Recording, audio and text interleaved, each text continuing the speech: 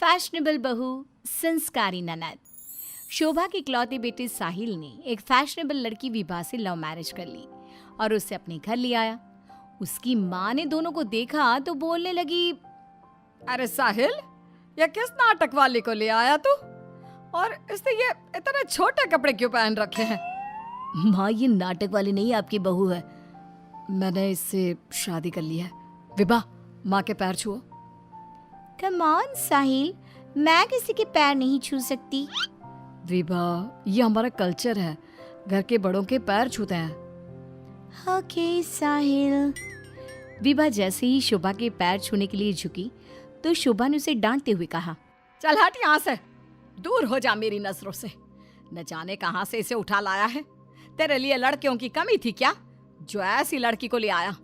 हमारे घर के संस्कारों के बारे में तो सोच लेता, लोग क्या कहेंगे? माँ, आप भी कैसे पुराने जमाने की बात कर रही हो? आप कपड़ों और भाषा से किसी के संस्कारों को जज नहीं कर सकती। साहिल ने अपनी माँ को समझाने की बहुत कोशिश की, लेकिन वो कहाँ कुछ मानने वाली थी। शोभा अपनी बहू के कपड़ों और स्टाइल की वजह से हमेशा उसके कैरेक्टर पर टिप्पणी करती रहती। एक दिन विभा अपनी सास के लिए चाय बनाकर लाई। गुड मॉर्निंग मॉम, ये आपकी टी। ऐ छोरी, तुझ में संस्कार नाम की चीज है या नहीं? गुड मॉर्निंग ना बोला कर मुझे। हमारे यहाँ बहुएं पैर छूती है और तूने ये कैसे कपड़े पहने? देख जरा मेरी बेटी रानी को, सीधे सादे कपड़े पहनती है वो। मॉम, आपकी बेटी को फैशन की बिल्कुल भी नॉलेज नहीं है। उसी तो आप तंबू भी दे देंगी ना तो वो तंबू भी पहन लेंगी। देखो माँ, भाभी कैसे मेरा मजाक उड़ा रही हैं। रानी, मैं तुम्हारा मजाक नहीं उड़ा रही, मगर ज़रा देखो खुद को, कैसी लग रही हो। तुम्हें फैशन का बिल्कुल भी सेंस नहीं है। कुछ तो लड़कियों वाली हरकतें किया करो। चलो कोई बात नहीं, मैं आ गई हूँ ना, सब सिखा दूंगी। इतना कहकर विभा वहाँ से चली जाती है और रानी सोचने लगती है, भाभी आपने मेरा मजाक उड़ाकर अच्छा नहीं किया। अब देखो मैं कैसे आपको इस घर से बाहर निकालती हूँ। अब रानी हर समय अपनी भाभी की कमियां ढूंढने में लगी रहती। रानी की माँ तो विभा से नफरत करती ही थी, लेकिन घर से निकालने के लिए जरूरी था कि साहिल भी विभा से नफरत करे। एक दिन घर में पूजा हो रही थी। घर के सभी सदस्य पूजा में शामिल हुए, लेकिन विभा नहीं हुई। जब पूजा खत्म हुई तो रानी ने कहा, भैया माना कि भाभी फैशनेबल हैं, लेकिन इसका मतलब ये तो नहीं कि वो भगवान में बिल्कुल आस्था ना रखे। उन्हें पूजा में तो आना चाहिए था ना। हाँ बेटा, तूने अपनी मर्जी से शादी तो कर ली, अब अपनी मॉडल बहू को घर के तौर तरीके तो सिखा दे। अपनी बहन और माँ की बात सुनकर साहिल विभा के पास गया और उससे कहने लगा, विभा, आज घर में पूजा थी, तुम क्यों नहीं आई पूजा में? पता है लोग कितनी बातें बना रहे थे। माय डियर हस्बैंड, इतना गुस्सा क्यों हो रहे हो? जरूरी नहीं कि भगवान को खुश करने के लिए पूजा में शामिल होना पड़े। जब भगवान को दिल से याद कर लो ना तो बस उसी समय होगी उनकी पूजा। विभा, तुम शब्दों के जाल में मुझे मत फंसाओ। मैं जानता हूँ तुम इन सब चीजों को नहीं मानती, लेकिन तुम माँ की खुशी के लिए ही चली जाती। कम ऑन डार्लिंग, तुम तो छोटी सी बात को खींच रहे हो। मुझे पूजा में जाने से कोई प्रॉब्लम नहीं थी। मुझे किसी ने बताया ही नहीं पूजा के बारे में। अगर माया रानी बता देती तो मैं चली जाती। इसी तरह दोनों में काफी देर तक बहस चलती रही। अब विभा की ननद और सास किसी न किसी बात पर दोनों का झगड़ा करवाती रहती। जो भी शोभा के घर आता तो वो उसके सामने अपनी बेटी और बहू की तुलना करती।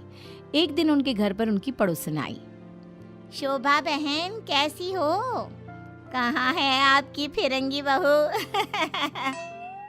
अरे घूम रही होगी आधे कपड़े पहनकर कहीं। जब से आई है जीना हराम कर दिया है। शोभा बहन, वैसे जो भी हो, आपके बेटे साहिल ने ऐसी लड़के से शादी करके सही नहीं किया। आपके घर में सब कितने संस्कारी हैं। आपने अपनी खुद की बेटी की कितनी अच्छी परवरिश की है, और आपकी बहू, उसके तो पूरे मोहल्ले में चर्चे हैं। हाँ बहन, बात तो सही कह रही हो। एक मेरी बहू है जिसे ना बात करने का तरीका आता है, ना कपड़े पहनने की तमीज़ है, और एक मेरी बेटी है, संस्कारी, सुंदर, सुशील, सर्वगुण संपन्न है मेरी बेटी। आप तो जल्द से जल्द बस अपनी बेटी की शादी करने के बारे में सोचो। कहीं ऐसा ना हो कि आपकी बहू के चक्कर में आपकी बेटी से कोई शादी ही ना करे। पड़ोसन की बात शोभा के दिमाग में बैठ जाती है और वो रानी के लिए रिश्ता ढूंढना शुरू कर देती है। एक दिन शोभा की तबीयत अचानक खराब हो जाती है। माँ, क्या हो गया है आपको? आप दिन भर अपने कमरे में लेटी क्यों रहती हो? अरे पता नहीं बेटी क्या हो गया है, कई दिन हो गए बुखार आ रहा है। मॉम, आपको डॉक्टर के पास जाना चाहिए, ऐसे तो आपकी हेल्थ खराब होती जाएगी। ओ अंग्रेजन, अपनी अंग्रेजी अपने पास रख। माँ किसी डॉक्टर के पास नहीं जाएगी। मैं अभी माँ को काढ़ा बना कर देती हूँ, माँ बिल्कुल ठीक हो जाएंगी। लेकिन रानी, डॉक्टर ब्लड टेस्ट करके बता देगा कि मॉम का फीवर क्यों नहीं उतर रहा। इसी तरह कई दिन हो गए। शोभा का बुखार उतरने का नाम नहीं ले रहा था और रानी उन्हें डॉक्टर के पास जाने नहीं दे रही थी। एक दिन विभा रानी को बिना बताए शोभा को डॉक्टर के पास ले गई। शोभा को 4-5 दिन हॉस्पिटल में रहना पड़ा। इसी बीच विभा ने अपनी सास की बहुत देखभाल की, लेकिन रानी एक बार भी अपनी माँ से मिलने नहीं आई। बहू, मेरी इतनी ज़्यादा तबीयत खराब थी, लेकिन रानी मुझसे एक बार भी मिलने नहीं आई। डोंट वरी मॉम, घर में कोई नहीं है ना, तो वो घर में ही रहती है। अब डॉक्टर ने बोला है कि आप घर आ सकती हैं, तो आप ज़्यादा सोचिए मत। अब शोभा को पहली बार अपनी बेटी और बहू के संस्कारों के बीच का अंतर पता चला। शोभा अपनी बहू को प्यार करने लगी। एक दिन शोभा ने विभा से कहा, बहू, आज शाम को लड़के वाले रानी को देखने आ रहे हैं। रानी और तुम बाजार चली जाओ, खाने का कुछ सामान और रानी के लिए अच्छी सी साड़ी लेकर आना। माँ, मैं भाभी के साथ नहीं जाऊंगी। वो साड़ी दिलाने की जगह कोई स्कर्ट या जींस दिलाकर ले आएंगी। बहू, तो इसे साड़ी ही दिलाकर लाना, ठीक है? Okay mom. रानी और विभा मार्केट के लिए निकल जाती हैं, लेकिन रास्ते में बहुत ट्रैफिक था। पूछने पर पता चला कि एक कार का एक्सीडेंट हो गया है। विभा और रानी ने कार के पास जाकर देखा तो एक लड़का बहुत बुरी तरह से जख्मी पड़ा था। कोई उसकी मदद नहीं कर रहा था। लोग खड़े होकर बस तमाशा देख रहे थे। विभा ने उस लड़की की मदद करना चाहा तो रानी ने उसे रोकते हुए कहा, भाभी, ये क्या कर रही हो? जब कोई इसकी मदद नहीं कर रहा तो हम क्यों करें? रानी, ये क्या बोल रही हो तुम? अगर हमने इसकी हेल्प नहीं करी तो ये मर सकता है। लेकिन भाभी, पुलिस का झंझट कौन संभालेगा? पुलिस उल्टा हमसे ही सवाल जवाब करेगी। वो सब बाद में देखेंगे, पहले इसे हॉस्पिटल पहुंचाते हैं। विभा और रानी उस लड़के की जान बचा लेती हैं और उन्हें घर आने में देर हो जाती है। शोभा उनसे पूछती है, तुम दोनों को इतनी देर क्यों हो गई आने में? देखो शाम होने वाली है, लड़के वाले किसी भी समय आते होंगे। माँ, आपकी लाडली बहू की वजह से देर हो गई। मुझे आज पता चला भाभी को समाज सेवा का शौक भी है। रानी ने पूरी बात अपनी माँ को बता दी। शोभा ने बहू को डांटने की जगह उसकी तारीफ की। वो तीनों बात कर ही रहे थे, तभी साहिल वहां आकर कहता है, माँ, जो लड़का रानी को देखने आने वाला था उसका एक्सीडेंट हो गया है। क्या? ये तो बहुत बुरा हुआ। ठीक तो है ना वो? हमें जल्दी उसे देखने जाना चाहिए। माँ, वो ठीक है, उसके घर वाले बता रहे थे कि 2 लड़कियों ने उसे हॉस्पिटल पहुंचाया है। अगर वो उसे वक्त पर हॉस्पिटल ना लेकर जाते तो उसका बचना मुश्किल था। 2 लड़कियों ने?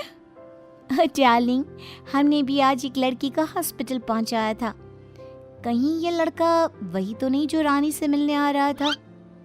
सभी हॉस्पिटल पहुंचे तो ये लड़का वही निकला जिसकी जान विभा और रानी ने बचाई थी। सब ने दोनों की बहुत तारीफ की। रानी ने अपनी भाभी से माफी मांगते हुए कहा, भाभी, मुझे माफ कर दो। मैंने हमेशा आपको गलत समझा। अगर आप ना होती तो मैं कभी भी किसी अनजान आदमी की मदद ना करती। डोंट क्राई डियर, हमें अच्छे काम करते रहने चाहिए। साहिल दोनों की बात सुनकर कहता है, देखा रानी, मैं कहता था ना, संस्कार चरित्र में दिखाई देते हैं, कपड़ों और भाषा में नहीं। इसीलिए कभी किसी के कपड़े देखकर उसका कैरेक्टर सर्टिफिकेट नहीं बनाना चाहिए।